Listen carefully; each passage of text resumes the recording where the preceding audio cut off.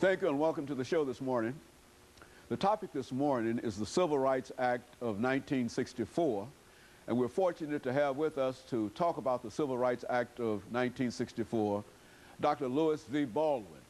Dr. Baldwin is in the Department of Religious Studies at Vanderbilt University, and of course, Dr. Baldwin, we've introduced you on so many occasions, That's and right. I think this is the first time we ever introduce you as being from Tennessee State University, because I think that we all understand that you're at Vanderbilt University and have been for the last almost 20 years. So let's have you, Dr. Baldwin, to talk about your background and other information, and so that those individuals who might not know you, and I can't imagine there being too many people who might not know you from this particular show, but to give us some information about your background, your education, and then we'll get into the Civil Rights Act of 1964. Okay.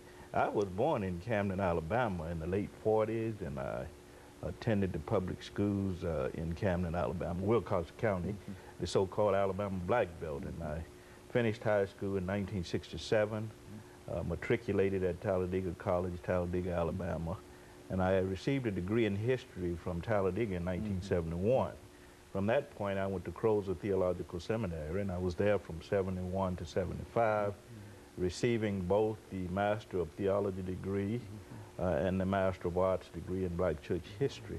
And in 1980, I graduated from Northwestern with a PhD in the History of Religions. But going back to my high school days, I had an opportunity to participate in some of the activities in the South, some of the sit-ins and demonstrations, and also to observe a lot. And over the last 20 years, I've been writing a lot about the civil rights movement and about the connections between what happened in the protests in the South and what happened in terms of the development of civil rights legislation. Very good. And of course, Dr. Baldwin, we also know that you one of the preeminent Martin Luther King scholars, and since Dr. King played such a crucial role in the civil rights movement, we would expect you to bring in, that kind of information in dealing with this Civil Rights Act of 1964. But let's see, Dr. Baldwin, if we might be able, during this first segment, to simply have you to make some preliminary statements in reference to the significance of this act, and then we'll use the other time to talk about specifics in reference to it. I think the first thing we have to keep in mind is that the Civil Rights Act of 1964 was the most sweeping and the most comprehensive piece of civil rights legislation introduced up to that point.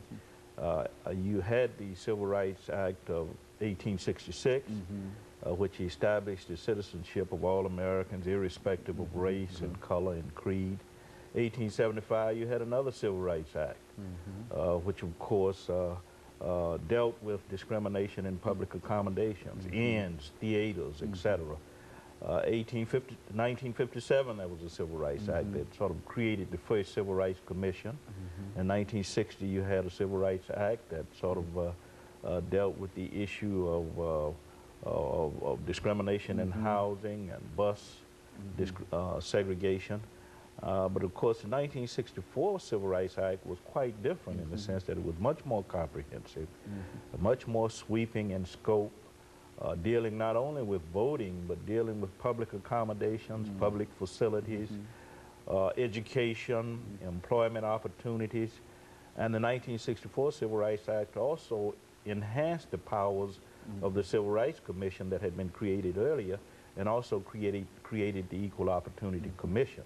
So you're talking about a much more comprehensive bill when you talk about the 1964 Civil Rights Act. Well, Dr. Baldwin, you talked about all of these Civil Rights Acts, and I think one question has to be, why couldn't we get it straight? It seems to me that we started in 1866, and as late as 1964, we are still trying to get it straight. I mean, what seemed to have been the problem in terms of dealing with civil rights in this country? I think the major problem has been the lack of implementation, and also the lack of resources to make sure that the guidelines of these bills are implemented once they are introduced and passed. So I think that has been our major problem, the lack of implementation, also the failure to provide the kind of resources needed to make sure that the provisions of these Civil Rights Acts are really translated into into daily public life.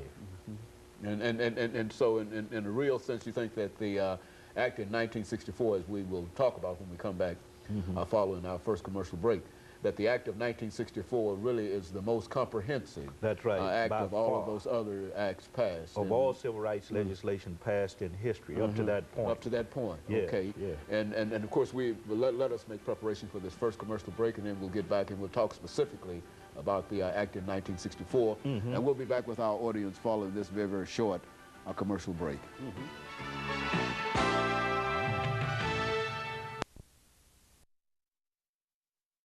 The topic is the Civil Rights Act.